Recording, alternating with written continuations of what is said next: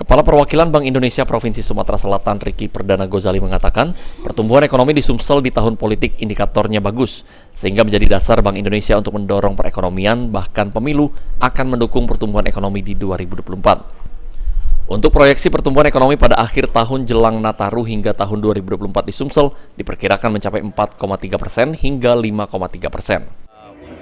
Ekonomi, kalau kita lihat indikator-indikator kita hingga dengan akhir tahun dan ke depan untuk tahun 2024 indikatornya bagus, dan ini menjadi basic kita bahwa ekonomi kita akan baik.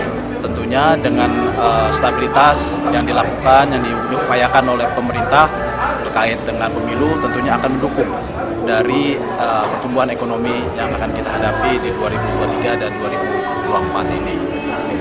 Berarti jelang tahun baru juga masih kondisi ekonomi masih bagus? Ya, berdasarkan ekspektasi, perkiraan, bila mana asumsi-asumsi yang telah dilakukan, yang diperkirakan tidak mengalami perubahan, kita perkirakan sampai tahun 2023 terakhir ini kita masih mengalami positif pertumbuhan. Kita perkirakan masih sekitar 5. Jadi kita perkirakan 4,3 sampai dengan 5,3 untuk pertumbuhan.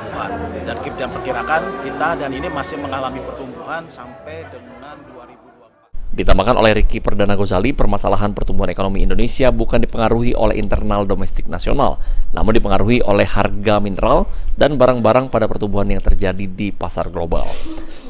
Eki Saputra, PAL TV.